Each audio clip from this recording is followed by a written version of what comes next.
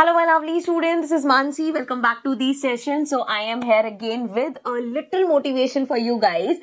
आप लोग जो मैं कमेंट सेक्शन में देखती हूँ बहुत ज्यादा डिसहार्टन हो रखे हैं बच्चे, बहुत ज्यादा प्रेशर में, बहुत ज्यादा टेंशन ले रहे हो. So कुछ टिप्स जिससे आप थोड़ा सा रिलैक्स कर सको एंड आराम से अपने एग्जाम्स दे सको. So let's start. सबसे पहले let's talk about a healthy lifestyle. Now as a sister, as a mother, आप जैसा लेना चाहो, I would want you to take care of your health. Please, आप अपने टीचर से सुनते हो कि ऐसे पढ़ाई करो, वैसे पढ़ाई करो, ये करो, वो करो, बट उसमें बेसिक चीज भूल जाते हो. That is your health. I have seen my students जो थ्रू आउट द ईयर इतना अच्छा पढ़ाई करते हैं, इतना अच्छा परफॉर्म करते हैं, and during exam time they fall sick. And then of course यार, एक बार आप बीमार हो गए तो आप अपना 100% जैसा आप बिना बीमार हुए दे सकते हो ना, वो नहीं दे पाओगे.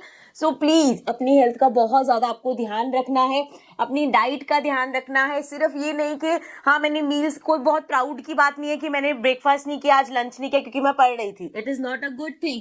आपको अपनी हेल्थ को साथ साथ लेके चलना है. If you are healthy you will perform 100 times better. समझ रहे हो इस बात को? सो अपनी हेल्थ का ध्यान रखना. छोटा मोटा मूव ऑन करते रहो, बीच में ब्रेक लो, आधा घंटा वॉक के लिए चले जाओ, लोगों से बात करो, कुछ फिजिकल एक्टिविटी भी करते रहो. डोंट बी लाइक कि मैं सुबह 8 बजे बैठती हूँ, रात के 8 बजे तक लगातार बैठ के बीच में बस थोड़ा सा ब्रेक लेके मैंने पढ़ाई की. It's not a good thing. आपको एक हेल्दी लाइफस्टाइल भी मेंटेन करना पड़ेगा. समझ रहे हो? बीमार नहीं होना हमें, ठीक है?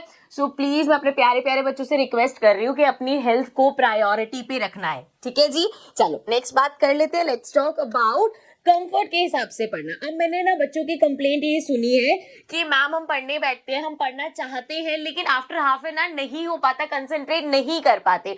सो उसके लिए आपको अपना एनवायरनमेंट चेक करना है. बड़ी छोटी छोटी सी चीजें हैं बट इससे फर्क पड़ता है.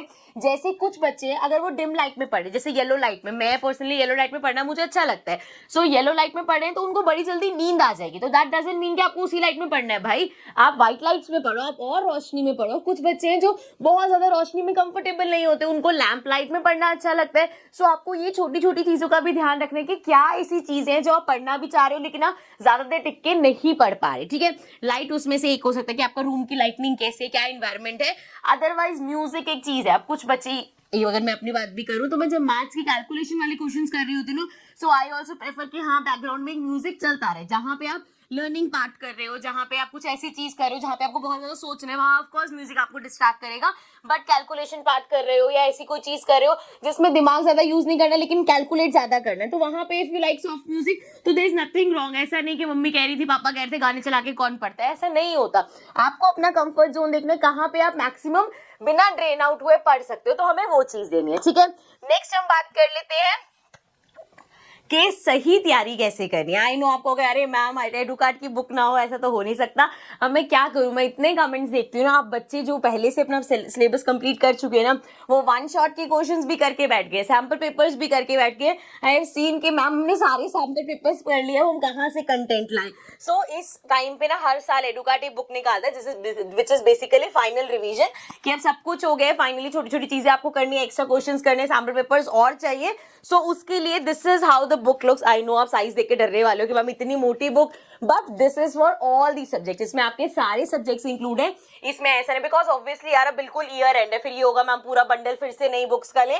So this is just one book and इसमें आपके सारे सब्जेक्ट्स है, जितना एक्स्ट्रा मटेरियल आपको चाहिए सब इसमें है. ऑल्सो अब यार देखो, पर्सनली मैं बात करूँ ना, मैं अपने बच्चों का बहुत सारा सोचती हूँ, तो मुझे पता है कि एंड टाइम पे लगता है कि यार अब नई बुक पे पैसे क्यों लगाएं हम, जब टाइम ही इतना बचा, सिर्फ 1 महीना बचा है, उसके बाद तो ये बुक वेस्ट हो जाएगी. सो दैट इज वाई एक ही बुक निकालिए कि पूरे बंडल का पंगा ना हो. एंड ऑल्सो इस बुक को भी इस पॉइंट ऑफ टाइम पे 40% ऑफ पे रखें, ताकि जिन बच्चों को एक्स्ट्रा मटेरियल चाहिए वो सिर्फ अफोर्ड नहीं कर पा रहे, इतनी महंगी महंगी बुक लेनी नहीं है, इस चक्कर में ना छोड़ो. So we have this special new year offer जिसमें आपको 40% ऑफ पे ये बुक मिल जाएगी.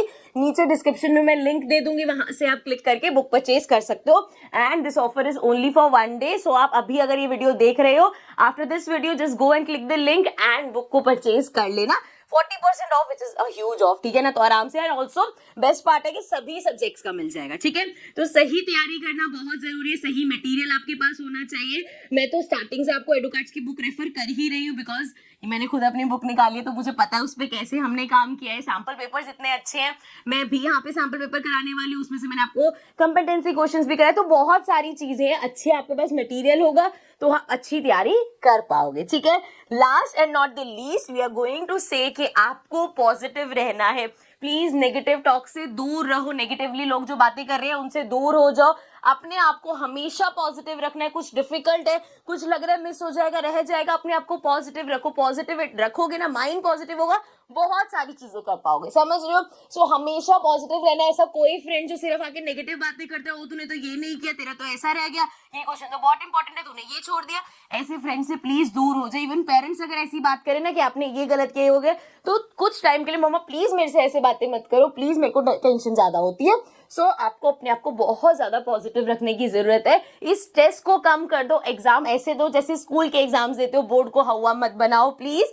एंड अपने आप को हमेशा पॉजिटिव रखना है, अच्छे से मेहनत करनी है। एंड आई होप कि आप लोग सब फ्लाइंग कलर से पास हो, बहुत अच्छा आप सबका रिजल्ट रहे, अच्छे से मेहनत करो, सब अच्छा होगा। Okay, so now I see you in the next session, till then take care and bye bye.